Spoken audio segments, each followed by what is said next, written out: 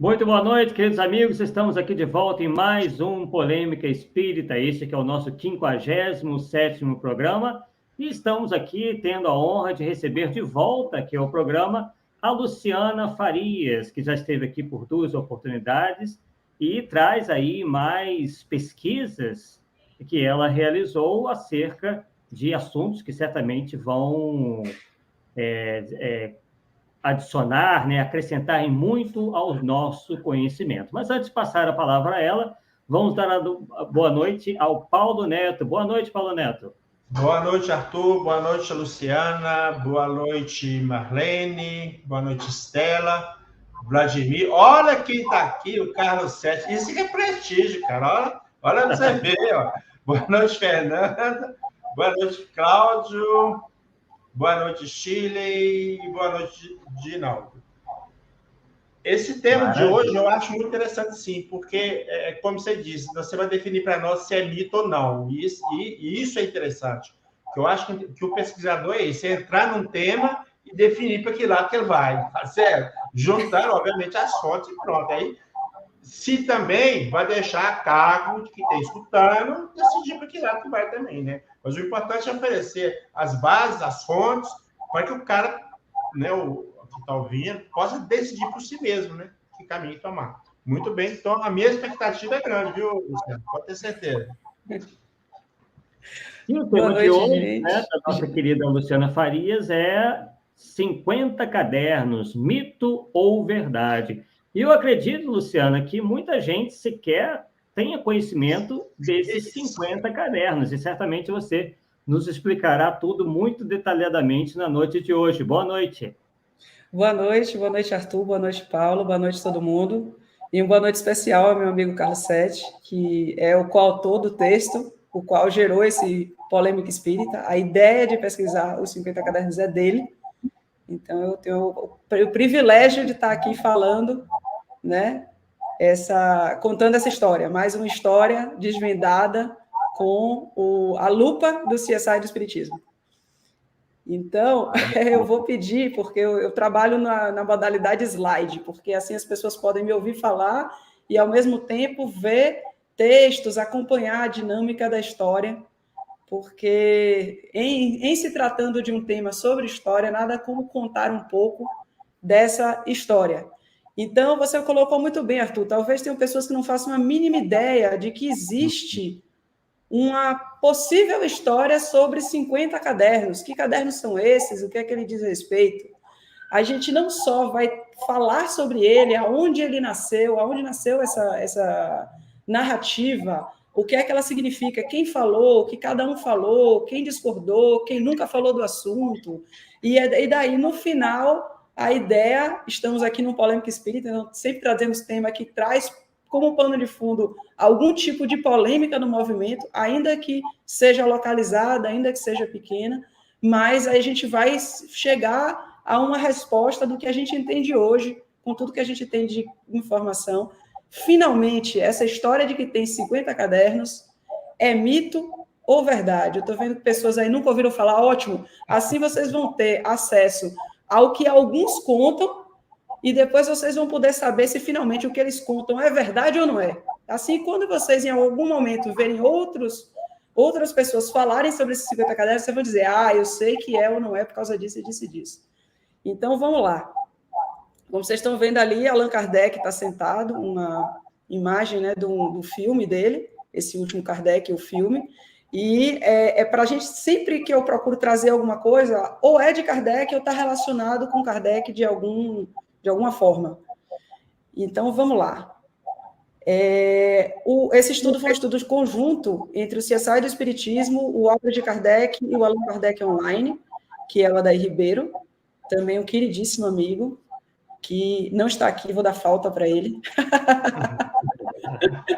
E aí, esse conteúdo está publicado em Reformador, e a gente teve o privilégio, eu já vou fazer o contrário, eu botei esse slide no final, mas eu já vou fazer no início o agradecimento e ao compartilhamento dessa generosidade. A gente teve, foi uma informação que a gente publicou no portal do Obras de Kardec, no CSI e no ACOL, que tem páginas no Facebook, o Evandro Noleto viu, procurou a gente, falou assim, poxa, você não quer escrever isso para os leitores de Reformador? A gente aí falou, sim, queremos. Fizemos, e ele nos deu uma quantidade grande de páginas, ele nos deixou à vontade para explorar o tema, podendo mostrar, não apenas dizer, e sim mostrar em que trecho do texto a gente leu, o que é que a gente leu, com muito detalhe, e também liberou para a gente divulgar esse PDF gratuitamente. Então, as pessoas vão poder, entrando no site do CSI, ou no Obras de Kardec, ou no ACOL, poder fazer download do nosso artigo e ler gratuitamente, que é uma das coisas da nossa filosofia, dentro do possível, dentro do que tiver ao nosso alcance, tudo que a gente desenvolve, a gente disponibiliza gratuitamente. A exceção de quando é um livro que passa por uma editora, também a gente não fica com o valor arrecadado, é para pagar os custos da editora e, num eventual lucro, sempre dá suporte a alguma instituição. Então, vamos lá. Vamos para a história, para que vocês possam entender do que a gente está falando.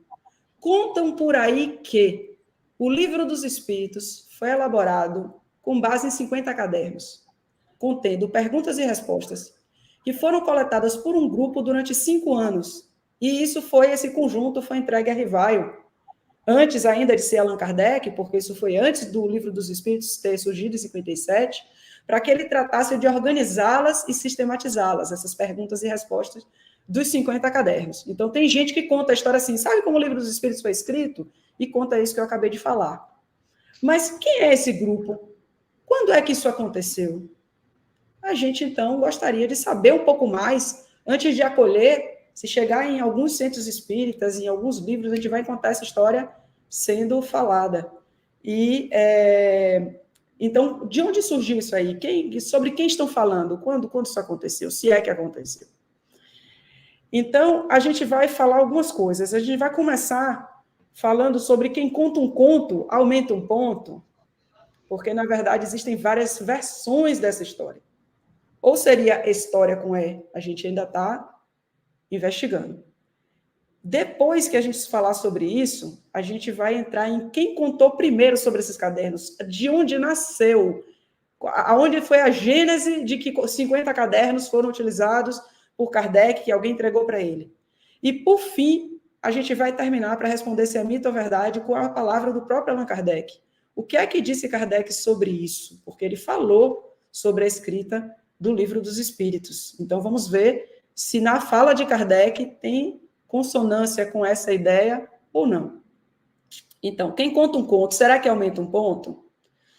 Primeira realidade que a gente encontrou, a gente pegou as informações mais recentes a respeito desse assunto e pegamos 2 fontes, e essas 2 fontes falaram que esses 50 cadernos foram escritos pelo grupo da senhorita Jafé e o senhor Rustam. A senhorita Jafé é famosa por ter revisado o Livro dos Espíritos. Foi uma médium famosa, que inclusive teve uma treta com Kardec, e a gente vai abordar um pouco sobre ela aqui. E o senhor Rustam, não confundir com Rustang. Apesar da pronúncia em francês ser igual, o senhor Rustam é um magnetizador, que a senhorita Jafé é uma sonâmbula. O Rustang é dos 4 evangelhos, do rustanguismo, da ideia do corpo fluídico de Jesus, que é se for o caso, a gente volta aqui, a gente está investigando sobre isso, a gente volta para falar sobre esse outro tema. Mas, voltando aqui, essas 2 fontes disseram, sim, foram entregues 50 cadernos a Rivaio, e esse caderno veio do grupo da senhorita Jafé e do seu magnetizador, senhor Rustam. Então, o Marcel Souto-Maior, a biografia do Kardec, ele colocou, olha, o grupo é esse aqui, Jafé, Rustam, Sardupai, Talandier, Barão, Tidman, Martesse, Carlotti e Didier. E quem entregou foi Carlotti, ele ainda disse esse detalhe. Ele não disse quando, mas que o conteúdo desses cadernos teria sido utilizado para confirmar ou corrigir informações dadas pelas irmãs Boudin. Aí, ok. Só que quando você chega para a mesma história, contada no livro Autonomia, de Paulo Henrique de Figueiredo, no mesmo ano, o grupo é outro. Inclui Ramon de la Sagra, inclui Amede Thierry, não inclui Sardu pai, sim o Sardu filho, que é o Vitório Sardu.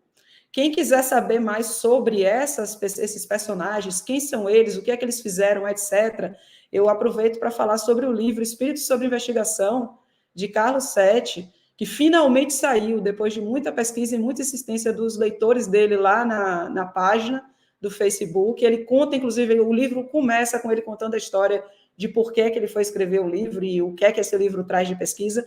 E uma das especialidades dele é descobrir quem é quem. Então, uma das coisas que ele investigou e trouxe para a gente como resposta é essa senhorita Jafé, que é a sonâmbula, que fez a revisão do livro dos livros dos espíritos com Allan Kardec, ela se chama Celina Becquet. E ela utilizava o nome Jafé, Celina Jafé. E, no entanto, em alguns lugares as pessoas falam, porque Ruth Jafé, essa Ruth aí não existe. O sobrenome Jafé existe, não é o nome de batismo dela, mas é o nome que ela usava profissionalmente como sonâmbula. Então, bem, de cara, estão falando que tem 50 cadernos e o grupo não é o mesmo. Como pode? Um está certo e o outro não está. Não dá para essas duas histórias estarem certas ao mesmo tempo, né? E justamente quem Marcel Sotomayor disse que entregou os cadernos a Kardec, que foi o senhor Carlotti, não está na lista de Paulo Henrique. Então, como ele pode ter entregue ao mesmo tempo não era do grupo? Não dá. Inclusive, quem assistiu o filme Kardec vai ver o senhor Carlotti chegando com o senhor Budan na casa de Kardec. Inclusive, isso não, a gente vai ver que essa história, os dois juntos chegando na casa de Kardec, essa história não existe. Isso é mito também. Já Paulo Henrique falou o seguinte, que essa entrega ocorreu em 1854, e que essa lista de pessoas ele obteve de Aksakoff. Aksakoff é um cara que entrevistou a Jafé em 1875 e conversou sobre a história dela do início do trabalho dela, etc. E aí ela chorou as pitangas, falou da chateação dela com Kardec, etc. E falou do grupo dela, né? E aí, se Paulo Henrique disse que tirou desse lugar e Marcel Sotomayor não disse de onde tirou, nos parece que Paulo Henrique é mais seguro, né? Afinal de contas, ele indicou a fonte. Mas essa história não fica tão simples assim. Vamos, então, atrás de Aksakoff, para a gente ver se a gente já descarta, pelo menos, a história de Marcel Sotomayor. Quando a gente chega lá, nessa entrevista, a gente vê que Aksakoff ele fez uma pesquisa, além do que a senhorita Jafé falou, ele foi atrás de mais informações sobre as coisas que estavam acontecendo naquele momento e falou sobre esse grupo dos dois, né, Jafé e Rustam, dizendo que ele teve duas formações. Carlos Sete está corrigindo aqui, a primeira edição do livro de Sotomayor de 2013. De fato, eu peguei a de 2019, que é a que eu tenho. Não é a primeira edição. Obrigada. Aí, sempre que eu preciso de data, nome, detalhe, Carlos Sete Bastos é o cara que domina esse assunto. Eu conto história. E aí, ok. Aksakoff disse que existiu duas formações do grupo. O que significa isso? Que o grupo foi formado com o primeiro conjunto de integrantes, operou por um tempo e os integrantes saem, integrantes entram. Então, nós temos dois grupos distintos. Então, aqui a gente vê em 75, né, ele colocou esse grupo correspondente ao grupo que estava vigente em 1849. Por que a gente começou com esse? Porque se Paulo Henrique disse que o grupo era de 1854, o grupo de 55 é mais novo, não interessa. Então, a gente tem que olhar, comparar o que ele falou com esse grupo. E aí, a gente, além de ter, né, isso aqui foi um trabalho muito bonito de Carlos, de sair fazendo histórico. Quem mais falou desse grupo? E ele achou um barão de Guildenstern, não sei como é que se pronuncia isso, Guildenstern, não sei. Ele é participante do grupo, está aqui, ó, o nome dele na linha, de baixo para cima, 2 ou 3 aqui, depende da coluna que você pega. E então ele está falando da realidade que ele viveu. E os nomes dele batem com Aksakoff. E na revista Espiritualista, em novembro de 61, com Kardec vivo, também saiu uma reportagem. Não é a revista Espírita, é a Espiritualista. Saiu uma reportagem com esse mesmo grupo nuclear de 49. Ok. Então, vamos bater Aksakoff com Paulo Henrique. Falhou. Do conjunto de pessoas que Paulo Henrique colocou, dizendo que pegou de Aksakoff, só tem Jafé e Rustam. Todas as outras pessoas que ele colocou não estão no grupo. Aí complicou, né? Complicou a história. E, ok, recebeu 1854, de repente o ano não é o correto?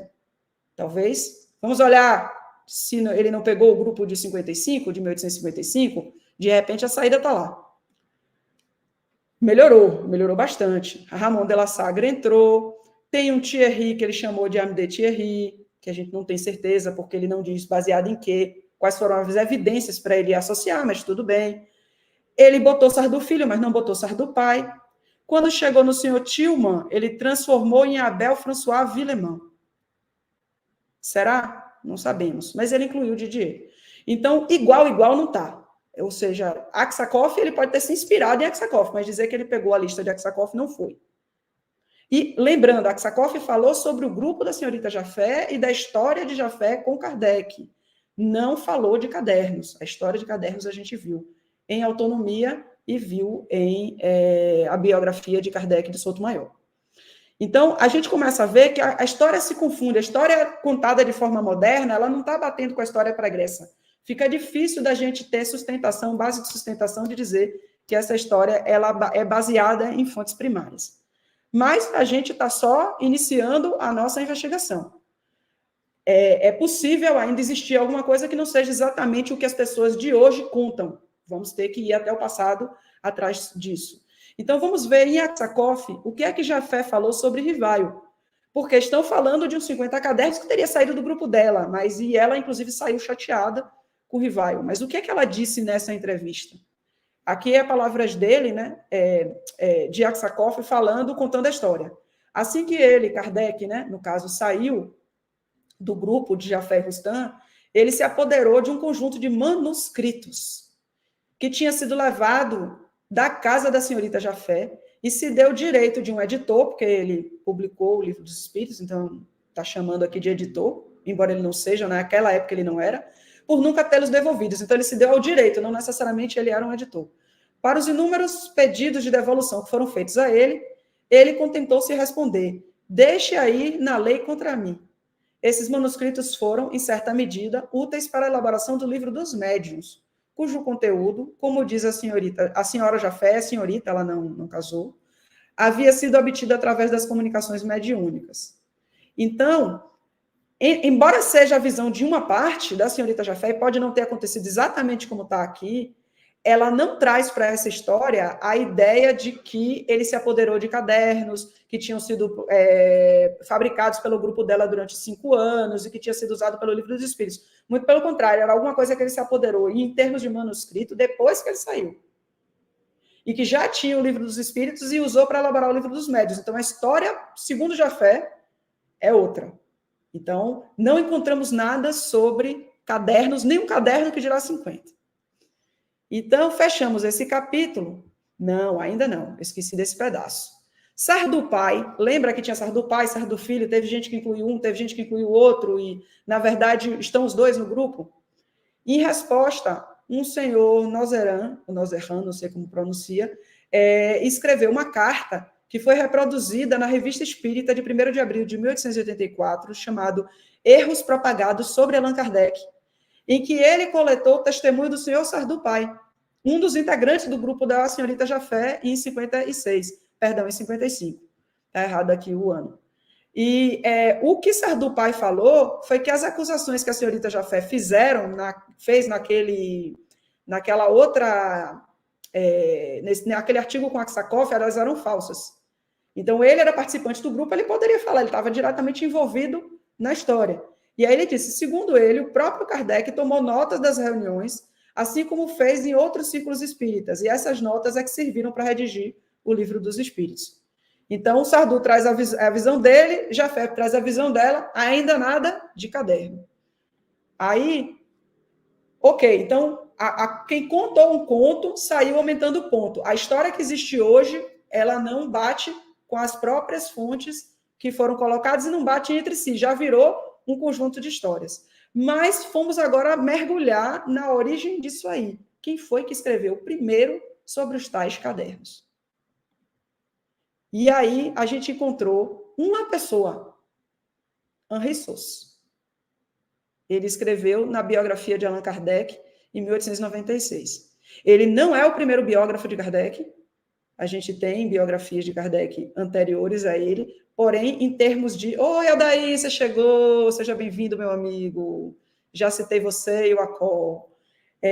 Então, ele não foi o primeiro biógrafo, mas ele foi o primeiro a escrever numa forma de uma brochura, realmente uma coisa mais formal, enquanto biografia.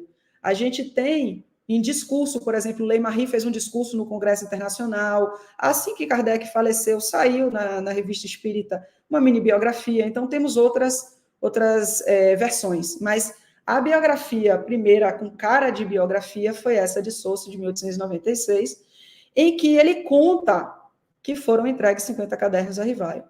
E ele diz que as pessoas que estavam envolvidas foi esse grupo aqui, Sardou Filho, Sardou Pai, Talandier, René Talandier, Tidman Martese, lembra que tinha um Talandier lá que Paulo Henrique falou que era uma outra pessoa, agora estou na dúvida, Villemã com certeza, mas eu acho que esse aqui também, Carlotti, que Sotomayor falou e Paulo Henrique não falou, Didier, que Paulo Henrique falou e Sotomayor não tinha falado, então tem gente de todo tipo aqui. E nem Carlotti nem Didier estavam no grupo da senhorita Jafé, a própria Jafé e Rustan não foram citados. O subconjunto aqui, 4, correspondem. Apenas 4. E Ley-Marie está citado aqui, e a gente vai ver que há uma correlação entre a história que Ley-Marie contou no Congresso Internacional Espírita de Barcelona, no discurso que ele fez sobre Allan Kardec, e o texto de Henri Sauce. Só que Ley-Marie não fala de caderno e Sauce fala, contando uma história bem semelhante. Então, aqui está a gênese desses tais 50 cadernos que alguns dizem por aí. Lembrem-se, quando vocês assistirem o filme de Kardec, você vai ver lá os 50 cadernos sendo entregues pelo senhor Carlotti, vocês vão lembrar de mim, dizer, não, isso aí eu estudei lá no Polêmica Espírita e já sei a resposta. Então, a biografia de Allan Kardec, trouxemos aqui do lado esquerdo o original, só que a de 1927, sendo que a primeira edição é de 1896, e ele atualizou a biografia dele, não se sabemos ainda se na segunda ou na terceira edição, mas a quarta ela já é atualizada. A biografia de Allan Kardec, essa versão mais recente, o Portal Luz Espírita publicou, junto com autores espíritas clássicos e obras de Kardec, resgatou essa biografia traduzida, traz os dois prefácios, tanto de Gabriel Delany, que é da edição inicial, quanto de Leon Denis, que é a da edição atualizada. É bem interessante ler a biografia, não é porque a gente está aqui colocando subjúdice em uma parte da história que o resto que está lá não vale a pena, está gratuitamente para download. Então, quem ainda não leu, recomendo. Vai no Luz Espírita, procura lá sobre livros e vocês encontram para fazer download. Então, vamos lá. O que é que Henri Sauce fez? Na edição atualizada, ele conta o seguinte: enderecei-me aos raros sobreviventes que tinham estado na intimidade do mestre. Porém, seja que as memórias deles fossem imprecisas ou que eles não quisessem desenterrar as memórias antigas de 40 anos, todos os meus esforços nesse sentido ficaram sem efeito. Eu tive, então, que pedir a uma outra fonte os elementos dos quais eu precisava para estabelecer uma biografia menos superficial do que no primeiro ensaio. Então, ele disse que ele tentou fontes fidedignas, fontes que poderiam contar uma parte da história que eles viveram com Allan Kardec. E essas pessoas não estavam disponíveis. No entanto, é importante saber que essa história do 50 cadernos está desde a primeira edição, então não se trata dessa nova fonte, não se trata dessa atualização. A história dos 50 cadernos nasceu com a biografia. Aí, o que é que ele colocou? Agora pulamos para o corpo da biografia e vamos ler o trecho com a história aqui, como foi que Henri Sauce falou sobre esse assunto. Ele disse assim, ele começou o tema falando: eis como Allan Kardec nos conta suas dúvidas, suas hesitações e a sua primeira iniciação. E na sequência dos parágrafos, ele reproduz uma boa parte do artigo A Minha Primeira Iniciação no Espiritismo, que está em Obras Póstumas, com alguns acréscimos, ou seja, ele pega o texto de Obras Póstumas, coloca a boa parte dele e ele acrescenta algumas coisas ao que está em Obras Póstumas. Ele faz direitinho, com aspa no que é Kardec, no acréscimo, ele destaca, ele não imiscuiu no texto, não. Mas é nessa sequência que ele faz. Ele conta uma parte do artigo de Kardec, inclui 2 ou 3 parágrafos, depois ele continua a história de Kardec. E é aqui que a gente vai achar esses 50 cadernos. Então, vamos agora conhecer o que é que Kardec fala sobre a iniciação dele no Espiritismo. Ele diz: foi em 54 que eu ouvi falar pela primeira vez das mesas girantes. Certo dia, encontrei o magnetizador Sr. Fortier a quem eu conhecia desde muito tempo, e que me disse: já sabe da singular propriedade que se acaba de descobrir no magnetismo?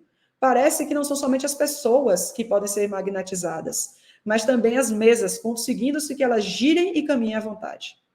É com efeito muito singular, respondi, dizendo Kardec aqui em primeira pessoa. Mas, a rigor, isso não me parece radicalmente impossível.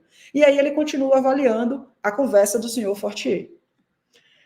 Algum tempo depois, então eu cortei alguns trechos, quem quiser ler toda, está lá em Obras Póstumas, e está também na biografia de Henri Souza. Algum tempo depois, encontrei-me novamente com o senhor Fortier, que me disse: eis uma coisa muito mais extraordinária. Não só se consegue que uma mesa se mova, magnetizando-a, como também que fale. Interrogada, ela responde. Isso agora, repliquei-lhe, Kardec falando, é outra questão. Só acreditarei quando o vir, e quando me provarem que uma mesa tem cérebro para pensar, nervos para sentir, e que possa tornar-se sonâmbula. Até lá, permita-me que eu não veja, no caso, mais do que um conto de carochinha. Então, essa era a posição de Kardec em 54. Aí ele continua aqui. No ano seguinte, estamos no começo de 55. Aí eu dou um pause aqui para falar. Lembra que Paulo Henrique contou que esses cadernos chegaram em 54? Bem, ele tinha falado com o senhor Fortier e até esse momento o próprio Kardec disse que ele não queria saber nada dessa história de mesa que gira, que fala, não era com ele. E, curiosamente, no ano seguinte, está no começo de 1855, encontrei-me com o senhor Carlotti. Carlotti, que Sotomayor disse que entregou. Bem, ele entrou em contato com Allan Kardec no começo de 55. Então, se a história começou, ela deveria estar começando aqui, não em 54. Então, ele encontrou com o senhor Carlotti, amigo de 25 anos, que me falou daqueles fenômenos durante cerca de 1 hora, com um entusiasmo que consagrava a todas as ideias novas. Ele era corso, de temperamento ardoroso e energético, e eu sempre lhe apreciara as qualidades que distinguem uma grande e bela alma, porém desconfiava da sua exaltação. Foi o primeiro que me falou na intervenção dos espíritos e me contou tantas coisas surpreendentes que, longe de me convencer, aumentou minhas dúvidas. Então, Carlotti chegou na vida de Kardec, os espíritos, a ideia de espírito chegou agora em 55, 54 era a mesa que girava que falava, aqui é espírito. E quando ele ouviu o Carlotti, ele disse, olha, eu fiquei com mais dúvida do que com certeza. Aí seguiu. Passado algum tempo, em maio de 55, fui à casa da sonâmbula senhora Roger, em companhia do senhor Fortier, seu magnetizador, aquele que ele encontrou em 54, voltou na história aqui. Lá encontrei o senhor Patier, a senhora Pleine Maison, que daqueles fenômenos me falaram no mesmo sentido do que o senhor Carlotti se pronunciara, mas em tom muito diverso. E aqui eu faço uma pausa para chamar a atenção. Observem os nomes que eu fiz questão de destacar, porque a gente observa que lá daquele grupo que falaram sobre os cadernos, os nomes não estão batendo. Tem uma série de nomes aqui na história, até agora o único que bateu, que entrou em contato com Kardec foi Carlotti. Então, nessa história aqui, essas pessoas não têm nada a ver com a história lá do passado. Então, eu não vou mais fazer pausa, eu vou só deixar vocês atentos para seguir a história de Kardec, absorvendo, afinal de contas, a gente está ouvindo a história do próprio autor e prestando atenção nas conexões do que a gente já viu. A sua linguagem pausada, a do senhor Patier, isenta de todo entusiasmo, produziu em mim viva impressão. E quando me convidou a assistir às experiências que se realizavam na casa da senhora Pleine Maison, a rua Grange Batelier, 18, aceitei imediatamente. Então, o senhor Patier é o responsável, segundo o próprio Kardec, em Obras Póstumas, por ter lhe despertado a curiosidade a respeito do espiritismo. E chamou, então, para ir na casa da senhora Pleine Maison. Ele estava na casa da senhora Roger nesse momento, e chamou para ir na casa de outra pessoa, e aí ele foi. Foi aí que, pela primeira vez, presenciei o fenômeno das mesas que giravam, saltavam e corriam em condições tais que não deixavam lugar para qualquer dúvida. Assisti, então, a alguns ensaios muito imperfeitos de escrita mediúnica no Ardósia, com auxílio de uma cesta. Bem depressa, a ocasião se me ofereceu de observar mais atentamente os fatos, como ainda não o fizera. Numa das reuniões da senhora Pleine Maison, travei conhecimento com a família Boudin, aqui essa é famosa. Todo mundo já ouviu falar das duas irmãs Boudin. O que muitas pessoas não sabem é o nome correto delas, mas a gente vai falar sobre isso daqui a pouco, é um parêntese, não tem a ver com a história, mas é importante a gente falar. Ou eu deveria dizer, em Espírito sobre Investigação, você tem essa informação, e se você quiser, vai no CSI do Espiritismo, vai no Jornal de Estudos Espíritas, tem artigo. Qual é o verdadeiro nome das duas irmãs Bodin? Duas coisas eu vou dizer, o nome que as pessoas conhecem está errado, o nome de pelo menos uma delas, e a idade também. Pronto. Não vou trocar de polêmica, vamos ficar com essa aqui. Então, eles residiam, né, essa família residia na rua Rochechouart. O senhor Bodin me convidou para assistir às sessões semanais que se realizavam, não vou ler, hebdomadárias, é um nome lindo para sessões semanais, que se realizaram em sua casa e as quais me tornei, desde já, eu não consigo ler aqui, é muito assíduo. Tem o passador de slide fica em cima desse trecho aqui, está cortado para mim. Então, pronto, chegamos agora numa parte da história que muita gente conhece. Então, veja que passou pelo Fortier, daí foi conversando com o senhor Patier, que ele se interessou, foi para a casa da senhora Pleine Maison, daí conheceu a família Bodin, e aí começou realmente Allan Kardec a botar a mão na massa. Até então, ele tinha visto escrito em ardósia e mesa girante, e tinha ficado muito impressionado, não só com o fenômeno, quanto pela descrição destas pessoas. Foi nessas reuniões que comecei os meus estudos sérios de espiritismo, menos ainda por meio de revelações, do que de observações. Eu apliquei a essa nova ciência, como fizeram até então, o método experimental. Eu nunca elaborei teorias preconcebidas. Observava cuidadosamente, comparava, deduzia consequências. Dos efeitos, procurava remontar as causas, por dedução e pelo encadeamento lógico dos fatos, não admitindo por válidos uma explicação, senão quando resolvia todas as dificuldades da questão. Foi assim que eu procedi sempre em meus trabalhos anteriores, desde a idade de 15 a 16 anos, que, como a gente sabe, ele estava lá estudando com Pestalozzi em Verdun.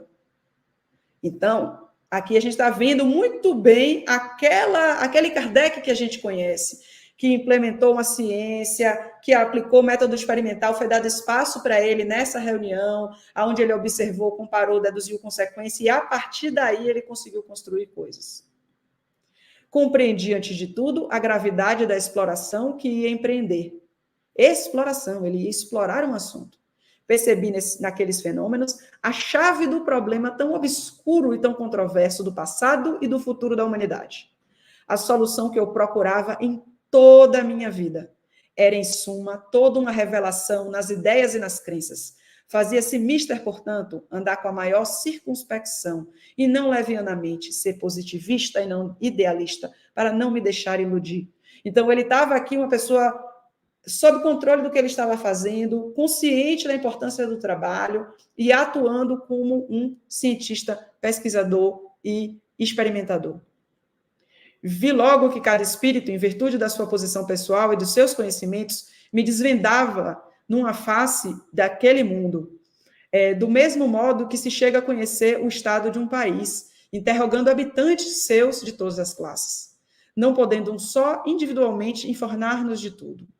Compete-se ao observador formar o conjunto por meio dos documentos colhidos de diferentes lados, colecionados, coordenados e comparados uns com os outros. O que ele coleta, ele coordena, seleciona e organiza. Conduzi-me, pois, com os espíritos como houvera feito com os homens. Para mim, eles foram, do menor ao maior, meios de me informar e não reveladores predestinados. Quanta coisa legal Kardec falou sobre o processo dele no espiritismo. A essas informações, aí agora a gente trocou para Rissos. E ele aqui foi bem direto. A essas informações que a gente acabou de ver, colhidas nas obras póstumas de Allan Kardec, convém acrescentar. E aí começa a história de Rissos. Que, a princípio, o senhor Rivaio, longe de ser um entusiasta dessas manifestações e absorvido por outras ocupações, esteve a ponto de abandoná-las. Em qual parte do texto que a gente viu? Nenhuma. E o que talvez tivesse feito se não fossem as insistentes solicitações dos senhores Carlotti. Gente, Kardec falou. Carlotti veio falar comigo todo entusiasmado e eu fiquei com mais dúvida do que ter certeza. E René Talandier, membro da Academia das Ciências, Tidman Mantesse, Sardou pai e filho, Didier, editor, que há 5 anos acompanhavam o estudo desses fenômenos e tinham reunido 50 cadernos de comunicações diversas, que eles não conseguiam pôr em ordem. Me diga, Arthur, me diga, Paulo, em que parte do texto anterior, que a gente vem vendo Kardec conversar com um, conversar com o outro, duvidar, até que o Patier conseguiu convencer ele, vai na casa do Plano de Maison, experimenta os fenômenos, vai na Boudin, na família Boudin, consegue trabalhar e construir, observar, estudar, porque tem pessoas de outros países que estão lá olhando, tudo isso acontecendo, e dizem que ele quase desistiu se não fosse o pessoal trazendo caderno. Como assim? A história de Saussure não bate com a história de Kardec que Saussure reproduziu. E ele continua. Conhecendo as vastas e raras aptidões de sintetizador do senhor Rivaio, esses senhores lhes remeteram os cadernos, pedindo-lhes que deles tomasse conhecimento e sintetizasse.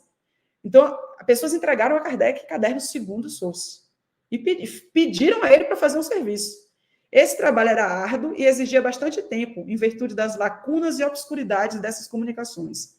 E o sábio enciclopedista, está querendo dizer Kardec, se recusava a essa tarefa enfadonha e absorvente, em razão de seus outros trabalhos. Você consegue imaginar Kardec contando todo animado, ele sendo um cientista, sendo positivista, não idealista, etc, etc, etc, recebendo o caderno e se recusando a trabalhar? Estranho. Muito, muito, muito estranho. Logo depois, Saussure fala sobre Zéfiro, conhecendo Kardec, que é o espírito Z, que é o familiar, o espírito familiar lá da casa dos Boudin, anunciando a missão de Kardec.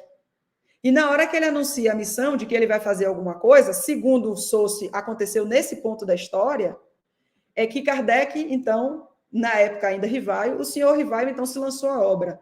Tomou os cadernos, anotou com cuidado, após a leitura atenta, suprimiu as repetições, pôs na respectiva ordem cada ditado, cada relatório de sessão, assinalou lacunas, obscuridades a aclarar, preparou as perguntas requeridas para chegar a esse resultado. Olha a história. Olha o ponto em que Saussure colocou Kardec. Prestem muita atenção, por quê? Porque a história vai continuar. E eu vou prometer uma coisa, vai ser de volta para o futuro. A história vem acontecendo, se jogou numa situação, agora Kardec vai voltar a falar dos Boudin e vai continuar a história como se nada de caderno tivesse acontecido. Olha só. Antes de chegar lá, vamos abrir um parêntese para trazer Leymarie. Talvez alguns de vocês não saibam, mas Leymarie é uma outra treta, é uma outra polêmica espírita, só sobre a pessoa que uns chamam de coveira do espiritismo, e outros exaltam como se fosse a criatura mais iluminada. Entre um lado e o outro lado, uma coisa eu posso te dizer. Ele encarnou, foi um homem como todo mundo, cometeu seus erros, os seus acertos, ele era médium da sociedade parisiense, trabalhava, ia lá, ele, a esposa, perdeu um filho, tem comunicação sobre isso, comunicou com Kardec, Kardec usou o conteúdo de Leymarie, Espírito sobre Investigação, fala sobre esse assunto, fala quais foram as comunicações de Leymarie que foram úteis. É porque é muito fácil jogar pedra na pessoa, é como se fosse um maniqueísta, ou o cara é hiper bom, ou o cara é super ruim. Se for assim, onde é que a gente vai ficar? Eu, pelo menos, teria dificuldade de ficar em algum lado. Né? Posso falar por mim, não vou falar por mais ninguém. Então, por que eu estou trazendo o Leymarie? Porque ele assumiu, de fato, a sociedade anônima criada pela esposa de Kardec a partir de um determinado momento, em 1871, se eu não estou enganada, quando saiu Delian. E aí, a partir daí, diversas coisas foram atribuídas a ele, mas em 1888, estava ele lá, nesse primeiro Congresso Internacional Espírita, em Barcelona, na Espanha, e ele foi, então, fazer um discurso para falar de Allan Kardec. Ele era o representante oficial, então ele foi lá fazer o papel. E ele, diferente de Saussure, diferente de várias pessoas, conheceu Kardec, conviveu com ele. E aí, isso não significa que ele é um bom contador de histórias, porque em outros estudos que nós fizemos de Leymarie, a gente já viu ele trocar dado, atrapalhar, confundir nome de gente. Você vai ver que no discurso ele erra o nome de Kardec.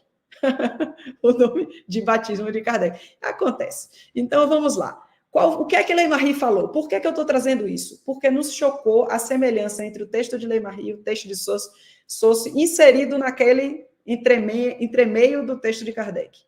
Botou o seguinte: O Leymarie contando. Ele não colocou a parte de obras póstumas, então ele começou direto na história que ele contou, dizendo assim, na época, desde 1850, vários homens eminentes de Paris, entre eles o acadêmico Taillantier, os publicitários Sardupá e Filho, o sábio filósofo holandês Tiedemann Montes, o editor da Academia, que é Didier, é o nome da livraria, ocupavam-se dos fenômenos do espiritismo moderno, importado da América.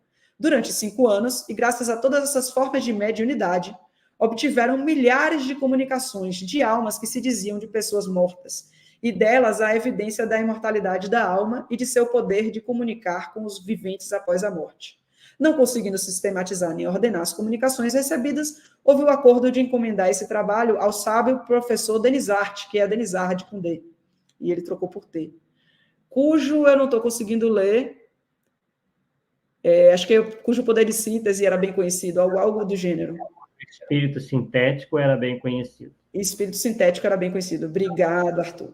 Então, aqui a gente vê o seguinte, que Leymarie, alguns anos antes de Saussure, contou, olha, esse grupo de pessoas aqui, que, por sinal, bate praticamente 100% com o nome de Saussure, exceto aquele senhor Carlotti, obtiveram não 50 cadernos, mas milhares de comunicações. E que eles estavam tendo dificuldade de sistematizar. Olhando para essa situação, a gente não está dizendo que o discurso de Leymarie está correto, porque, de acordo com o que Kardec contou, essa história não se encaixa nem com milhares de comunicações, nem com 50 cadernos. Não importa se as comunicações estão encadernadas ou não, as milhares de comunicações não batem com o estudo científico que Kardec fez. No entanto, a sensação que a gente tem da proximidade dos textos é que Saussure pegou o texto de Leymarie e quem conta um conto, aumentou um ponto. Trocou milhares de comunicações por 50 cadernos, baseado em quê? Não sei. Conversando com quem? Não sei. Porque ele não divulgou. E colocou e passou essa história para frente. E a partir daí, se passou para frente, Canuto de Abreu, que escreveu aquele livro, O Livro dos Espíritos e Suas Tradições Históricas e Lendárias, ele errou a formação do grupo da senhorita Jafé e senhor Rustam, porque errar aquela formação parece que é lugar comum. Difícil encontrar alguém que botou os nomes todos certos. Mas Canuto de Abreu, ele não falou de 50 cadernos, quando ele contou naquele livro. Então, você vê que não necessariamente todo mundo que veio depois comprou essa história como sendo uma história verídica, mas os dois de 2019 que a gente viu, né, um que Carlos já alertou aqui, que na verdade é de 2013, mas o outro eu tenho certeza que a primeira edição é de 19, beberam pelo visto dessa fonte, porque é a fonte mais antiga que fala de 50 cadernos é Saussure, e, pelo visto, Saussure bebeu de Leymarie. É a nossa suspeita. Mas, agora que a gente fechou esse desvio na história para colocar 50 cadernos e dúvida de Kardec, que se recusa a fazer, e depois muda de ideia, continua obras póstumas. Ele aí volta a citar obras póstumas. Então, vamos voltar à nossa historinha? A gente estava lá com ele no senhor Boudin, na família Boudin, estudando, sistematizando, conversando com os espíritos do maior ao menor. Então, vamos ver o que é que ele falou mais sobre o trabalho. Ele disse, até ali, as sessões na casa do senhor Boudin, nenhum fim determinado tinham tido. Até ali a chegada dele. Tentei lá obter a resolução dos problemas que me interessavam, do ponto de vista da filosofia, da psicologia e da natureza do mundo invisível. Levava para cada sessão uma série de questões preparadas e metodicamente dispostas. Eram sempre respondidas com precisão, profundeza e lógica. A partir de então, as sessões assumiram um caráter muito diverso. Entre os assistentes, contavam-se pessoas sérias que tomaram por elas vivo interesse. E se me acontecia faltar, ficavam sem saber o que fazer. Então, Kardec virou o esteio do estudo sério, todo mundo achou ótimo, o pessoal se interessou em continuar lá com ele pesquisando isso. E ele começou pesquisando o quê? Para resolver problema que interessava a ele, filosofia, psicologia, sobre o próprio mundo invisível. Ele preparava suas questõezinhas, chegava lá e dizia, eu agora vou aprender. Ele, como um bom aluno, ele é aquela sala de aula invertida, é o aluno que questiona, né, os espíritos que não são necessariamente professores, mas sim pessoas para passar a sua experiência. Então, muito bonito esse trabalho na época, e ele está dizendo que quem fez as perguntas foi ele. Ele disse que ele tirou de algo que ele sistematizou? Não. As perguntas fúteis haviam perdido para a maioria todo o atrativo. Eu, a princípio, cuidara apenas de instruir-me.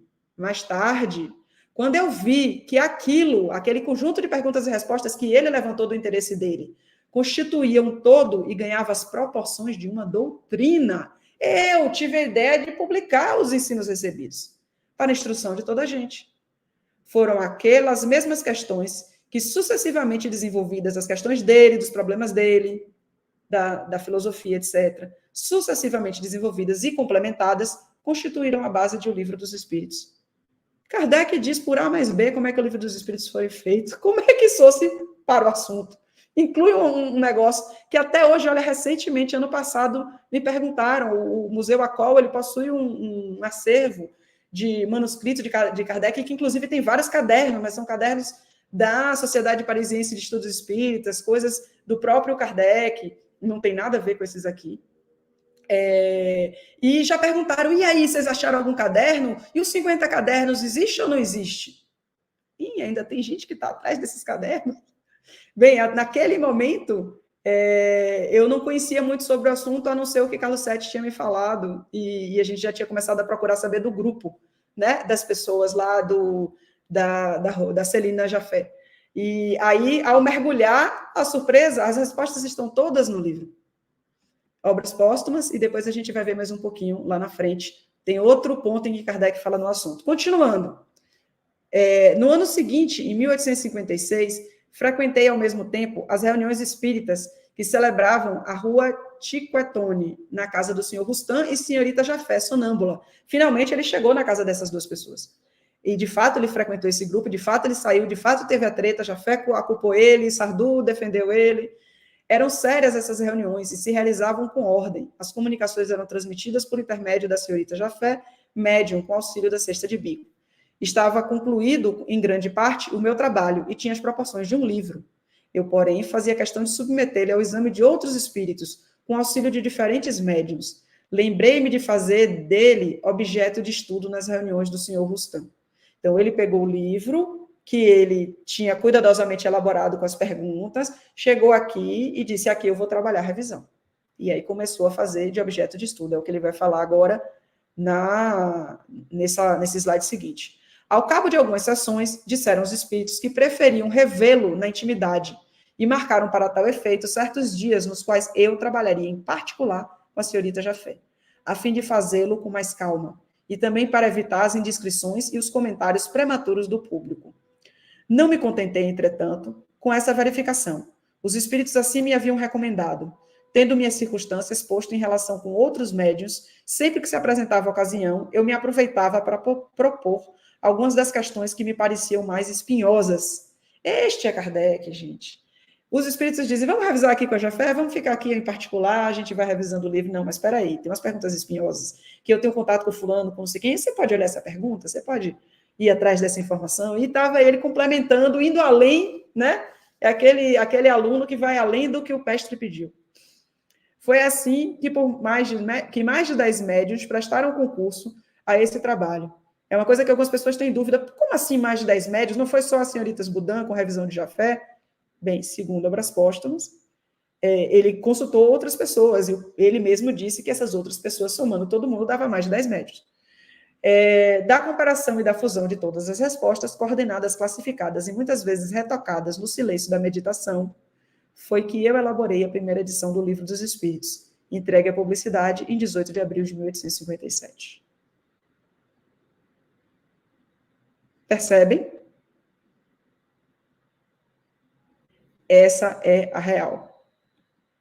E aí, eu digo, já dissemos um monte aqui do que disse Kardec. A história que está no meio do caminho, parágrafos de Saussure incluídos, simplesmente quebram a história, tentam dar um detour, tentam criar uma cena que seria bastante interessante. Kardec ter aproveitado o trabalho de outras pessoas não é uma coisa ruim. E ele, de fato, aproveitou o trabalho de outras pessoas, tanto que pegou manuscritos, né? Segundo Jafé, pegou manuscritos, segundo Sardu, copiou manuscritos que estavam acontecendo naquele momento. Uma coisa pegou a coisa antiga, a outra coisa pegou a coisa que está acontecendo agora. Não sabemos o detalhe se alguma coisa antiga entrou, mas claramente essa história de insistência de Carlotti, que ele quase desiste, não cola de jeito nenhum. Porém, a gente tem um grupo de espíritas, e aí, quando se trata de polêmica espírita, estou no programa certo. Existe um grupo de espíritas que diz obras póstumas, você lê isso e acredita que é a palavra de Kardec, que Lei-Marie adulterou, e que a gente já ouviu falar, já falamos aqui de Lei-Marie, que é só... É ele e a Geni. Chico, né? Meu pai adorava essa música, eu ouvia muito, porque ele gostava de joga pedra na Geni, a Geni era a coitada, que toda porrada era com ela. E toda vez que a gente vai falar de coisa de 1800 antigamente, eu me lembro da pobre coitada da Geni, embora ela seja mais recente. Mas é crucificar a pessoa, né? Aí vamos voltar 2000 anos, crucificou Cristo, agora estão crucificando Lei-Marie. Então, como foi Lei-Marie que escreveu, mesmo grande parte de Obras Póstumas tendo sido publicado logo na sequência da morte de Kardec, com Amélie Baudet ainda na frente, adiante da sociedade, cuidando das coisas, tem gente que não vai aceitar, vai dizer não, Obras Póstumas, você não me convenceu, sua pesquisa não foi boa. Ok, tudo bem. Vamos trazer mais coisa, porque o que abunda não faz falta. Então, além de tudo que eu trouxe, eu vou trazer o que disse Kardec sobre o preparo do Livro dos Espíritos. Ele falou mais alguma coisa? Falou sim. O Livro dos Espíritos, Apreciações Diversas, Revista Espírita de janeiro de 1858. Então, em abril de 57, ele lançou o Livro dos Espíritos, continuou se organizando, então passou aí alguns meses. Em janeiro de 58, ele fundou a Revista Espírita. No que ele fundou, logo na primeira edição, ele aí disse, muitas vezes, está falando aí de meses, de abril a dezembro, muitas vezes já nos dirigiram perguntas sobre a maneira por que foram obtidas as comunicações que são objeto de O Livro dos Espíritos. Como é que essas comunicações foram obtidas? As pessoas queriam saber. Resumimos aqui, com muito prazer, as respostas que temos dado a esse respeito. Então, ele deu resposta a um monte de gente, chegou aqui e resumiu para dizer ao pessoal, quando vocês me perguntaram, agora eu vou dizer, lê a Revista Espírita de 58, janeiro. Pois que isso nos ensejará a ocasião de cumprir um dever de gratidão para com as pessoas. Esse é Kardec. Já que ele vai falar sobre o assunto, e ele acha que é um assunto relevante de falar, ele não vai só explicar às pessoas a responder as dúvidas dela, mas também aproveitar para agradecer que pessoas, as que de boa vontade nos prestaram o seu concurso. Quem é que ajudou? Ele vai falar aqui. Então, a gente vai saber em primeira mão quais os nomes que ele vai citar. Em primeira mão, para quem está aqui não leu esse artigo, mas esse é um artigo também conhecido, embora a Revista Espírita como um todo não é tão conhecida, mas quem já leu a Revista Espírita, muitos já leram esse texto. Mas, vamos aqui continuar a leitura. Como explicamos, as comunicações por pancadas ou tipologia são muito lentas e bastante incompletas para um trabalho alentado. Por isso, jamais utilizamos esse recurso. Pronto. Kardec utilizou tipologia, pancada, aquela batidinha? Não. Ele disse. Tudo foi obtido por meio de escrita e por intermédio de vários médiuns psicógrafos. Nós mesmos preparamos as perguntas. Ele falou no plural, mas ele está falando dele. E coordenamos o conjunto da obra. As respostas são textualmente as que foram dadas pelos espíritos. A maior parte delas foi escrita sob nossas vistas. Algumas foram tomadas das comunicações que nos foram enviadas por correspondentes ou que recolhemos para estudo em toda a parte onde estivemos. A esse efeito, Arthur, por favor, termine de ler que está cobrindo aqui. A esse efeito, os espíritos... Parece multiplicar aos nossos olhos os motivos de observação. Perfeito. Quem que preparou a pergunta? Todas as perguntas? Kardec. À exceção de quê? De algumas comunicações que foram enviadas por ele ou que ele recolheu em outro lugar. A maioria ele viu escrever a resposta. Ainda que a gente jogasse o livro de Obras Póstumas no lixo e ficasse só com o parágrafo de Lei-Marie ou de Henri Sosso, do que ele trouxe a mais, como é que você casa uma história de que ele não fala absolutamente nada? Gostaria de agradecer ao senhor Carlotti, ao senhor Talandier, Sardo Pai, Sardo Filho, pelos cadernos que vocês cuidadosamente sistematizaram por 5 anos. Não falou. O que ele disse foi, você quer saber? Eu que preparei a pergunta, eu vi a resposta da maioria e eu anotei, sistematizei e escrevi. Os primeiros médiuns que concorreram para o nosso trabalho foram as senhoritas Budan, B de Budan, cuja boa vontade jamais nos faltou. Esse livro foi escrito quase por inteiro por seu intermédio. Olha, se a gente já tinha a questão de que ele fez as perguntas e que ele viu as respostas, agora a gente já sabe na mesa de quem ele estava. Quem é que estava escrevendo na frente dele? Na presença de que? Numeroso auditório que assistia às sessões. Então, ele não estava sozinho, não. Ele tem testemunhas para poder falar sobre isso. E nelas tomava parte com o maior vivo interesse. Que ele falou que as pessoas estavam lá, perdidas, ele chegou, organizou, as pessoas se interessaram. É a mesma história que está em Obras Póstumas. Só que em Obras Póstumas está com detalhes, nome de pessoas, e aqui é uma versão sucinta. Mais tarde, os espíritos recomendaram a sua completa revisão, em conversas particulares, para fazerem todas as adições e correções que julgaram necessárias. Essa parte essencial do trabalho foi feita com o concurso da senhorita Jafé, exatamente o que ele tinha contado em Obras Póstumas, que se prestou com a maior boa vontade e o mais completo desinteresse a todas... Cortou de novo, Arthur, me ajude. A todas as exigências dos espíritos, pois eram eles que marcavam os dias e as horas para suas lições. Exatamente a mesma história. Não tem uma incongruência entre o que está aqui e o que está em Obras Póstumas. Mas total incongruência com a história de um grupo de 50 cadernos de senhorita Jafé. O grupo da senhorita Jafé ter fornecido informação antes, depois ele participou do grupo e revisou com o grupo que forneceu a informação inicial. Isso ia ser um imbróglio do tamanho de um bonde. E é assim que eu termino a história. É mito ou verdade? Eu acho que vocês... Eu já dei várias dicas. Paulo, é mito ou verdade? Mas está na cara, né, Luciana? O seu trabalho de pesquisa foi muito convincente. E eu acho interessante que quando você entra numa pesquisa, parece que as coisas se encaixam. Você pegou o negócio da forma certinha, sabe? Não tem como ir para lá. Vou falar que é verdade, não tem como. Sinto muito. Aí, aliás, até tem. O fanatismo a pessoa fala, né? Fora isso, dentro da lógica, né? Usando boa ciência lógica, sem a mínima possibilidade. É mito mesmo. Ou num linguajar popular, fake news.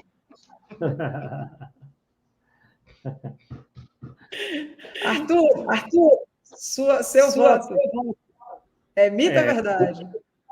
Ficou muito claro aí, né, que se trata de mais um mito, né, que dos muitos que nós temos aí no nosso movimento espírita, e o Polêmica Espírita está aqui justamente para dar voz, né, a estudos sérios, né, que visem ir atrás da verdade, né, e não apenas de narrativas. Né? Muito bom, realmente. Pois é. É exatamente esse o nosso intuito, é esse nosso mote, tanto o meu quanto da Daí, quanto o Carlos. E eu vou pedir, se vocês não destacaram, destaque Vladimir Cabral, mito, kkkk. Ficou perfeito. Parabéns, Vladimir, é isso mesmo. Então, não sei se surgiram perguntas. Sim, temos aqui algumas perguntas, sim. Bem, o Vladimir Cabral faz uma pergunta que é a seguinte: falam que a senhorita Jafé foi uma encarnação do Chico Xavier. A Luciana acredita nessa possibilidade? Vladimir, a sua pergunta foi excelente. Inclusive, eu tenho várias conversas com o Paulo sobre isso, porque ele faz pesquisas sobre possibilidade ou não possibilidade de encarnação de um para outro. E a Luciana vai poder oficialmente dizer aqui o seguinte: é um assunto, do meu ponto de vista, para alguém saber se é ou não encarnação de alguém, é porque é para a edificação daquela pessoa. Aquela pessoa toma conhecimento, vem aqui nessa encarnação, tem acesso a essa informação, isso de alguma forma ajuda essa pessoa a crescer, ajuda essa pessoa a compreender, se melhorar, enfim, tem um propósito, tem um proveito. E isso é uma coisa para aquela pessoa. Se aquela pessoa ficar sabendo e divulgar, ela sabe por que está fazendo isso. Fora isso, do meu ponto de vista, de como funciona o processo reencarnatório e a ideia de que a gente esquece das nossas vidas passadas por um propósito muito útil, que é da gente não remoer com todo o sofrimento de tudo que a gente já fez. Imagina, Arthur, desculpa, eu te matei na vida passada, cara. Foi sem querer, você cruzou na frente do meu duelo, eu ia matar, o que ainda me atrapalhou. Imagina. Então, na verdade, ia ser muito difícil, esse fardo é pesado, é assim que eu entendo o Espiritismo. E aí, partindo dessa visão, eu não procuro alimentar essa ideia de investigar se alguém encarnou em outra pessoa e não, nem por quê. Então, essa é a minha resposta. Paulo sabe da minha resposta, sabe que ele investiga muito sobre Allan Kardec, Chico Xavier, etc. E admiro o trabalho dele, respeito o empenho dele. Agora, a minha opinião a respeito disso é: não mexe. Não é a gente que vai descobrir essas conexões dos outros e não tem utilidade nenhuma. Mais alguma pergunta? Uma outra dúvida aqui. Só fazer um adendo aqui, aproveitando que a Luciana tocou. Inclusive, eu tenho um artigo sobre isso, né, Luciana? Você sabe, né? A gente fez mais esse artigo em função de combater, entre aspas, a tese de que Chico seria Kardec. Tá? E nós pegamos informação de terceiros de que Chico teria dito que teria sido a Ruth Serena da Fé, e trabalhando dentro de um contexto e vimos uma possibilidade. Obviamente que não estamos batendo martelo de forma alguma. Tá? Um ponto que eu acabei descobrindo, informações até de espírito, é o seguinte, que a mediunidade ela é progressiva. Então, para Chico ter uma mediunidade toda aberta do jeito que ele teve na vida dele, ele tem que ter sido médico lá atrás, ou nas encarnações anteriores. Então, se foi Ruth, fecha. Se for. Agora, tem uma outra situação que eu achei muito interessante. Em relação a essa fala, essa obra de Akasakov que fala da Ruth Saline, e lá parece que foi dito que ela comercializava a mediunidade dela. Tá? Isso aí me chamou a atenção de uma coisa muito curiosa, que pode dar uma liga, como pode não dar também, tá? Eu estou colocando o que eu achei. Tem dois personagens importantes na vida de Chico que recomendou o Chico que não comercializasse a mediunidade dele. Por quê? Falou, Chico, não comercialize. Se ele nunca tivesse feito, não faz sentido nenhum. Se ele foi a Ruth, aí faz sentido. Deu para entender? Porque ela comercializou lá atrás, então ele estava só. Tipo assim, não comete o mesmo erro. É a única coisa que a gente tem para poder falar. Agora, é uma opinião, é uma dedução, não estou batendo martelo e não posso bater martelo. Tá? Perfeito. Mas esses caminhos que eu cheguei. Aproveita. O artigo está lá, inclusive, no meu site, quem quiser baixar e estudar, lá está lá. Foi isso que eu estou falando. Eu, inclusive, recomendo ler. Eu leio os trabalhos do Paulo, embora eu não ache que deva se mexer. Quando ele divulga, eu sempre procuro ler o que ele escreve. Ele escreve muito mais do que eu tenho tempo de ler. Eu vou precisar ainda de algumas encarnações para acompanhar a velocidade dele. Mas alguns temas a gente dialoga e eu aproveito e leio o trabalho. E digo o seguinte, tem uma pequena diferença aí, que às vezes essa diferença faz toda a diferença. Na época em que Jafé trabalhava, antes de Kardec chegar para poder desenvolver todo o trabalho dele a respeito dos espíritos, existia uma outra coisa chamada magnetismo, e que era praticado como medicina, pelo que eu ouvi dizer, do pouco que eu estudei, do pouco que eu li, a relação era medicina, eu não sei se era só isso, porque me parece que outras pessoas usavam os sonâmbulos, porque as pessoas magnetizavam, e aí era sempre o sonâmbulo e magnetizador. A gente viu hoje a Roger com... Eu esqueci o nome dela. Foi uma das pessoas que Kardec foi para casa. Então, acho que Fortier com Roger, a senhora Jafé com Rustam. Então, você tinha que ter essa dupla, né, para magnetizar a sonâmbula. E o sonambulismo também foi usado para diversos tipos de investigação de informação, tanto que tem livro, acho que até de Vitor Hugo, de pesquisas dele, utilizando essa prática. Então, na época, o que se conhecia por sonambulismo e o que se existia de digamos assim, teoria, doutrina existente, forma de conhecer e de ver o mundo, era uma prestação de serviço.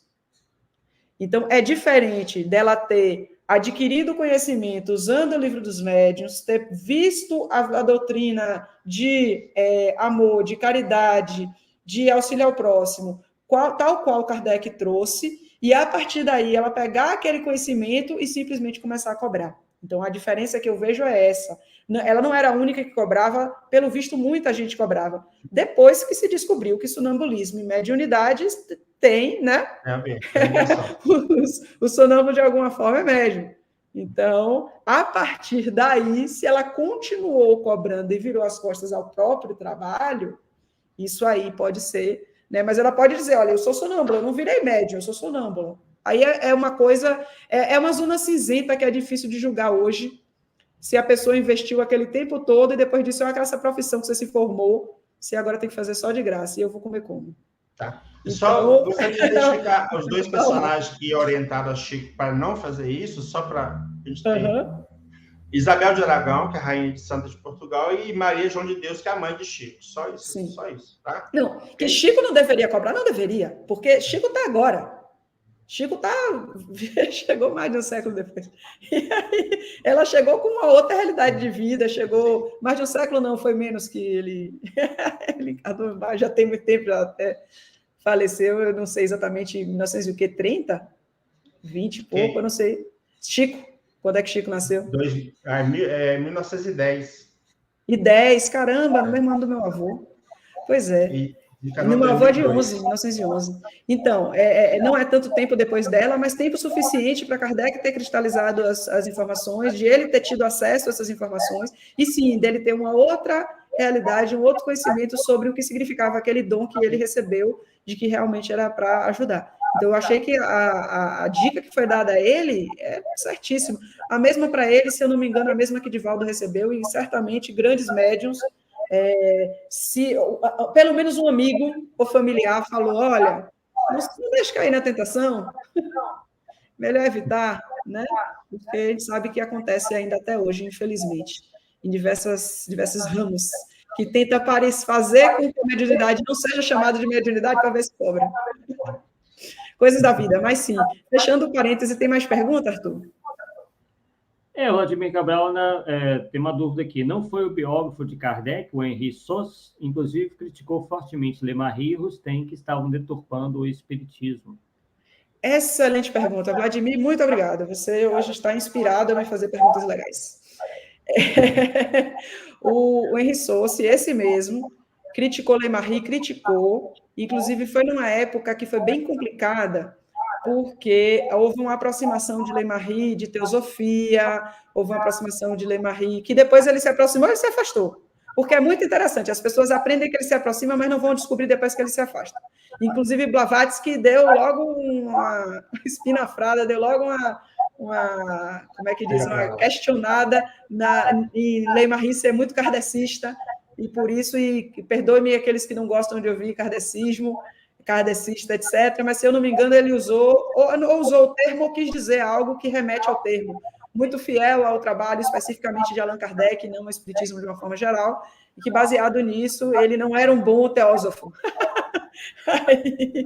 Então, ele criticou, houve esse momento de aproximação do rustanguismo com o espiritismo, não só via Revista Espírita, como também aquele da União Espírita, como é o nome? L'Espiritismo. O jornal também abriu espaço, botou uma matéria lá, vou abrir espaço para falar sobre o rustanguismo, e teve alguns artigos, porque olha um lado e não olha o outro, aí querem criar aquele maniqueísmo. O L'Espiritismo e a União Espírita Francesa foi criada para combater a deturpação de Lemarie, aquelas forças do mal, forças das trevas, etc. E aí eu penso, espera aí, gente, e você está olhando o que a União Espírita Francesa está fazendo? Você está olhando se é uma prática da época ou está escolhendo quem combater e escolhendo quem exaltar? Está difícil, Eu não entendo dessa forma.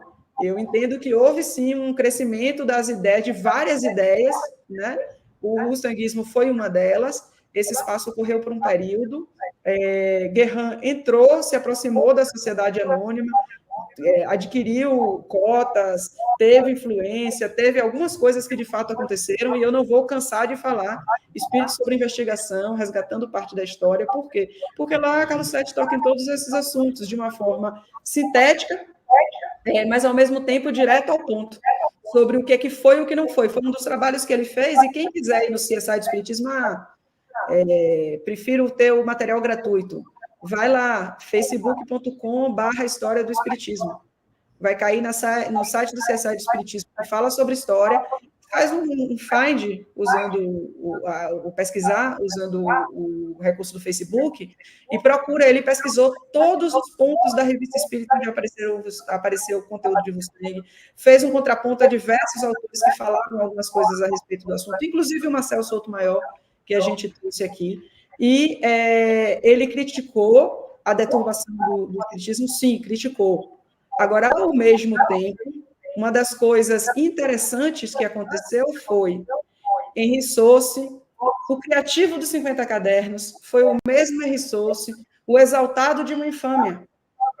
Foi Henri Sauce que estava num dia lá de inverno, ele que conta essa história, está num dia de inverno, numa taverna em León, ou encontrou um leonês, eu não sei se ele estava em León, mas ele encontrou um leonês.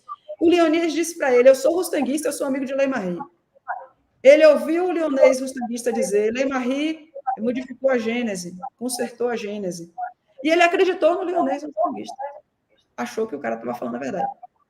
Aí ele foi lá, descobriu que a versão da Gênese tinha sido atualizada.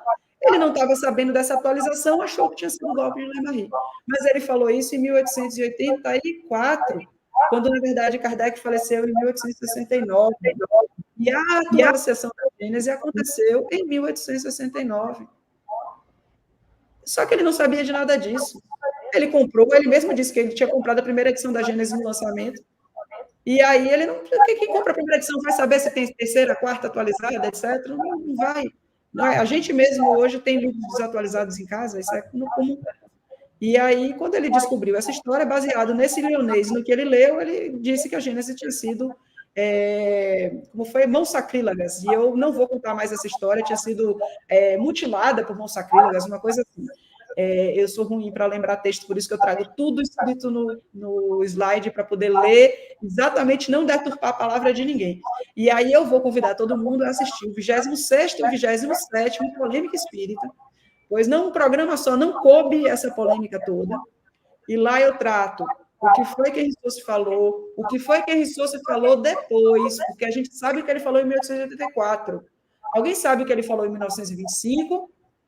Porque a pessoa não é uma só, a pessoa continua vivendo, ela vai evoluindo, vai tendo novas ideias, vai tendo contato com outras informações. Pois é, se as pessoas soubessem mais o que ele falou em 1925, talvez pensassem diferente sobre o que Henri Sauce pensa a respeito da Gênese.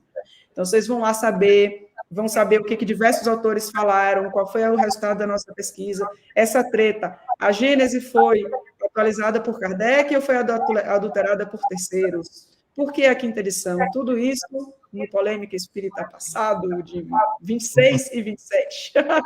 Disponível no YouTube. É o que a gente sempre lembra, né? Para o pessoal revisitar os Polêmicas Espíritas anteriores, né? Porque continuam bastante atuais e com muita informação útil, né? Inclusive com essa sua pesquisa aí, com participação em 2 programas que você acabou de citar. Bem, o Dinaldo Santos faz aqui uma menção a algo dito por Kardec, né? Retocadas no silêncio da meditação. E se isso demonstraria a mediunidade de Kardec como inspiração? É muito interessante essa pergunta, porque essa pergunta ela remete também a uma outra pergunta que é muito comum. Somos todos médiuns ou não? É interessante isso, porque precisa ir no que é ser médium, e precisa ir também no que os espíritos conseguem se comunicar com todo mundo. Os espíritos interferem na vida de todo mundo. Interferem não necessariamente no mau sentido, muitas vezes para ajudar, pode ter certeza. E é interessante porque eu tenho a impressão, assim, a minha opinião, eu não pesquisei sobre isso, das coisas que eu li, das referências que eu li a respeito do que Kardec pensava, os espíritos deram batidas para pedir para ele trocar texto, isso é uma outra coisa famosa que tem, ele estava escrevendo uma coisa acho que da segunda edição do Livro dos Espíritos, ele se perdeu no caminho, ficaram dando batida, ele não conseguiu trabalhar, depois ele voltou, em comunicação com o espírito lá na sociedade parisiense, ele ficou sabendo que era conversando sobre isso, sobre ele. Então, na verdade, os espíritos sempre trabalharam junto com ele, e nesse Polêmica Espírita, da história da Gênese, as coisas mais bonitas que tem não é a discussão da treta em si, é como esse aqui, esse que eu acabei de fazer. A questão central, apesar dos 50 cadernos, seu chamariz, aquele que conhece ou não conhece vai agora poder conhecer, para mim, o ponto central desse programa é ouvir da voz a Kardec uma série de coisas que ele contou a respeito de como que ele construiu as coisas no Espiritismo, que as pessoas passaram batida, leram outras coisas e não leram esse material. É dar voz a Kardec. Então, lá naquele Polêmica Espírita, a gente fala sobre Kardec conversando com Arago, Kardec conversando com Didier, conversando com Galileu.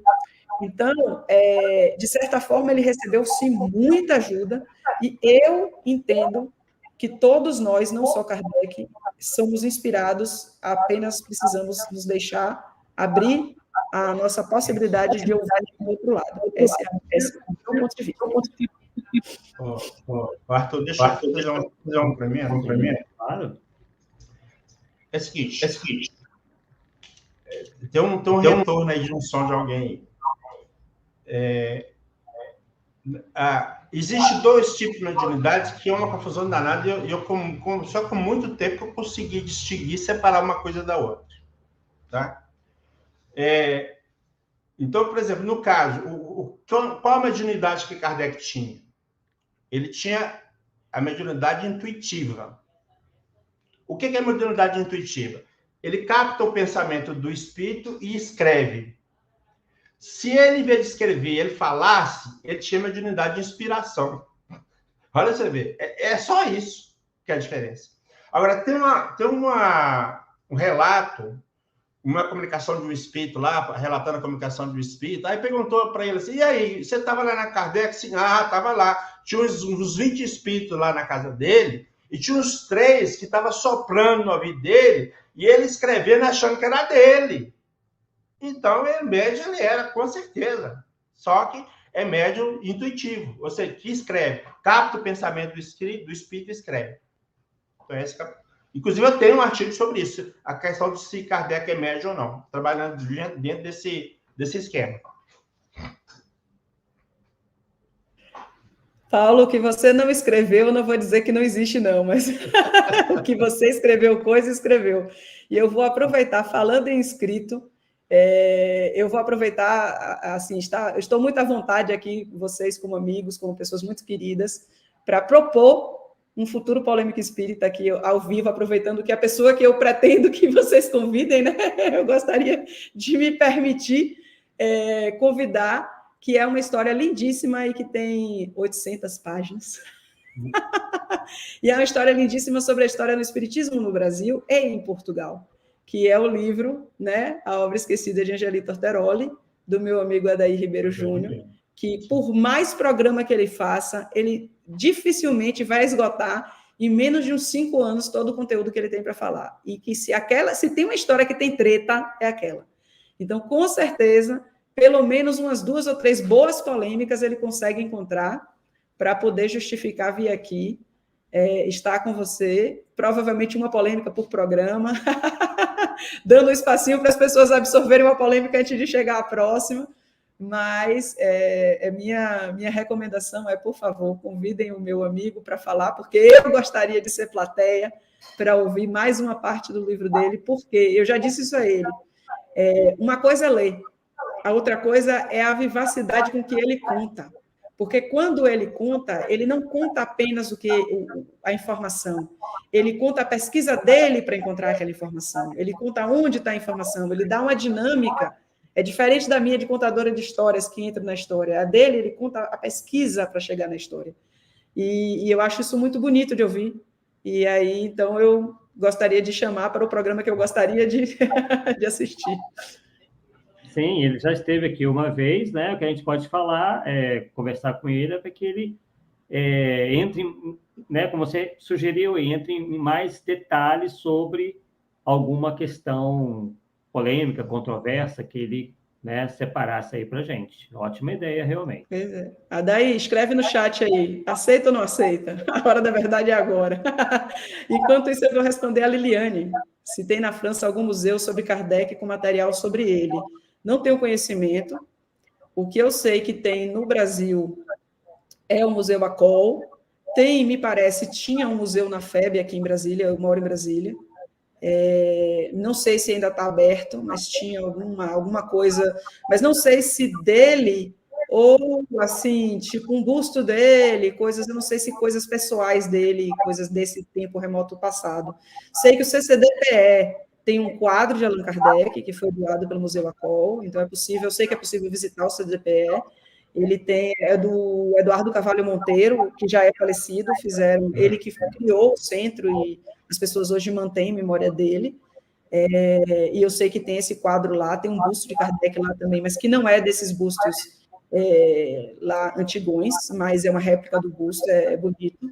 Ainda vi por foto, preciso ir visualmente. E o Museu Acol, ele faz o seguinte, que é quem adquiriu diversos manuscritos de Kardec. Esse sim, você vai chegar lá, vai ver o manuscrito com a letrinha de Kardec, vai ver, se não me engano, passagem de trem com o nome Allan Kardec, é bonito, assinado, é legal. Eu já vi parte desse material, ainda não consegui ver todo, mas o Museu Acol, ele é itinerante, porque, na verdade, ele não tem, é um museu virtual, então ele não tem espaço para você visitar, porém, você consegue, quando ele vai a algum evento, a DAI, sempre que vai a um evento, leva alguns manuscritos, espalha em displays para você conseguir assistir, tem alguns comentários sobre ele que ele fez para contextualizar o material, e ele procura variar, não é sempre a mesma coisa, então quem já viu e for ver outra, possivelmente vai ver alguma novidade.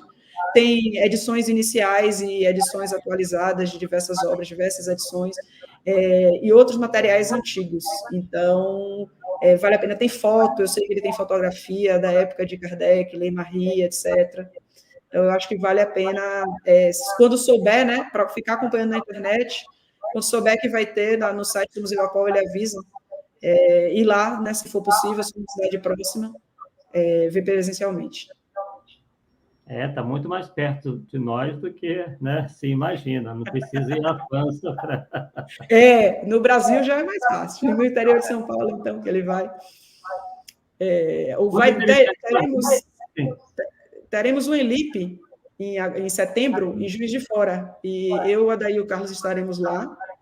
Vamos apresentar um artigo. E certamente ele vai levar material de Kardec para lá. Eu vou dar, inclusive, pitaco, vou pedir alguns materiais, você já viu que saber pedir é comigo mesmo. Então, convido a todo mundo, Juiz de Fora, se eu não me engano, é 13 e 14 ou 14 e 15 de setembro, tem essa informação na internet, 18º ELIP, acompanhem e quem puder ir prestigiar, vai ser um prazer conhecer pessoalmente. Com certeza. Bem, a última pergunta aqui, também bastante interessante, Eduardo Lira, que pergunta, falando em mitos, um dos argumentos da tese Kardec e Chico é que o próprio Kardec registrara que retornaria em breve em obras póstumas. Nas pesquisas, vocês encontraram outras referências sobre isso? A gente não se debruçou sobre esse assunto, porque essa questão, ela, na verdade, vale a mesma regra da questão da reencarnação, de você saber quem reencarnou como quem. Qual elemento que a gente poderia olhar? Mesmo que outras pessoas dissessem, mesmo que agora 20 médios em cidades diferentes dissessem hoje, em dias diferentes, que não se conhecessem, dissessem que Kardec vai voltar no dia 25 de fevereiro de 2037, a gente não consegue fazer nada sobre isso. É a palavra dessas pessoas. Não significa que primeiro que se tiver uma previsão com data, a gente já desconfia que o próprio Kardec propôs. Então, a ideia de saber se ele já retornou ou não, ele precisaria se manifestar. Agora, imagine, eu vou dar um exemplo aí, pegar um exemplo controverso, porque estou no Polêmica Espírita. Henrique Cristo abre a boca lá e diz que ele que ele não é, e não sei o quê. Imagine que alguém chega e diz, eu sou Allan Kardec. Inclusive, deve ter gente fazendo isso. Então, é uma coisa que eu acho que Kardec voltando, e acredito que ele vai voltar, porque para mim ele não é um espírito puro, então ele tem mais a que voltar, a gente só não sabe se vai ser no nosso planetinha azul, ajudando a gente, ou em um outro planeta, enfim, a gente nunca sabe como é que é o processo evolutivo nesse nível de detalhe, mas certamente ele vai reencarnar. Se ele retornar, ótimo, vai com certeza contribuir. Agora, esperar que porque ele teve aquela missão naquela vida, que ele vai voltar e escrever um monte de livro, e ter o mesmo tipo de missão em todas as outras vidas, é esperar que ele repita a prova. Até eu acho que na obra suposta tem a confirmação, né, de que tem essa previsão da volta dele, e ele calculou, inclusive, essa volta dele, mas previsão por previsão, os espíritos também falaram que o espiritismo ia dominar o mundo em pouco tempo. E aí? Na própria infância, praticamente morreu. Então, previsão é previsão. Bem complicadas essas previsões, né? Sem chance. Bem, pessoal, então chegamos então ao final aqui do nosso 57º Polêmica Espírita. Tivemos aqui a honra de receber mais uma vez a Luciana Farias, trazendo esse tema também histórico, importante e que tem tudo a ver, né, com a figura do nosso querido sistematizador da doutrina espírita, Allan Kardec. E, né, como sempre, temos aqui as portas abertas, não só para ela, mas também para o próprio Carlos Sete, para o Adair, enfim, todos esses pesquisadores aí que nos vêm brindando com seus estudos, com as suas pesquisas. Então, Luciana, suas últimas considerações para, então, encerrarmos o Polêmica Espírita de hoje. Também o Paulo, depois, quiser comentar alguma coisa. Ok, eu só tenho a agradecer, porque estar com vocês é sempre um prazer. Eu me sinto, assim, na sala de uma casa virtual, batendo papo com vocês, e com outras pessoas aqui junto, no chat, trocando uma ideia. Eu espero realmente que tenha contribuído para o aprendizado das pessoas, esse nosso pequeno estudo, e acompanhe a gente, que a gente continua produzindo aquilo que a gente entende que está alinhado com nosso processo de pesquisa, particularmente o Obras de Kardec, que é o que eu me dedico mais. A ideia é trabalhar o conteúdo das diversas obras, né, de Allan Kardec, em suas diversas edições, de tal forma que a gente possa ver a evolução da doutrina como um conhecimento.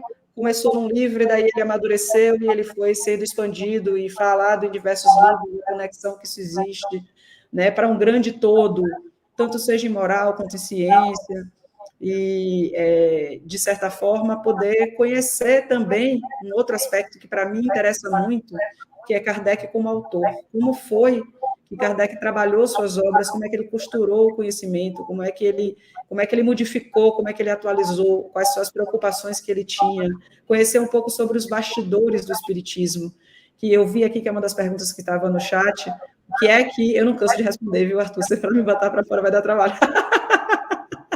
Esse programa foi curtinho.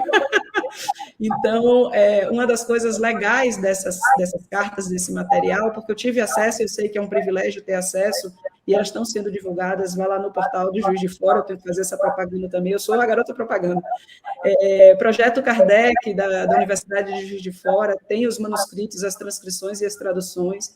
Então, pode-se saber o que tem nesse material, é uma oportunidade de conhecer como era Kardec dentro do íntimo familiar dele, com a Amélie Baudet, também no trabalho, no dia a dia, como é que ele e a Amélie Baudet batiam bola, ele viajava e ela tomava conta das coisas, e como é que isso acontecia. E essa vida, esse bastidor do espiritismo são elementos que dizem respeito à minha pesquisa. Então, eu agradeço e certamente terei outros temas polêmicos que eu gosto de ir atrás da informação. Não é que eu gosto da treta em si, não é da polêmica em si, mas quando tem algum elemento que eu digo, olha, eu tenho condições de investigar, eu tenho elementos para navegar, e está dentro daquilo que é o DNA, né? Tanto do Obras de Kardec como do trio, né? Que trabalha junto, né? Carlos Sete, eu e a Adair. A gente, então, diz, ok, vamos atrás disso aqui, vamos resolver, vamos descobrir até onde dá para ir. E às vezes a gente chega ao final, às vezes a gente avança. Então, muito obrigado, agradeço a todos pela presença aqui e até a próxima. Luciano, você é uma pessoa que tem uma didática fantástica. Quando eu crescer, quero ser igual a você, tá certo? É impressionante como você alinha os temas, não é fantástico. Não vale muito a pena. Como diz, a casa está aberta, tá certo? A casa está aberta, vontade de falar, tá? E vou dar notícia para vocês. Tem uma pessoa lá em Portugal que se diz Kardec reencarnado, tá? Pode procurar aí lá, que ele vai te passar as informações que você está querendo a respeito dos 50 cadernos ou não, e vai te dar a informação, beleza? Um forte abraço a todo mundo aí, então. Ok, pessoal. Então, uma boa noite a todos e nos vemos na próxima quarta-feira, às 8 horas, em mais um Polêmica Espírita. Até lá!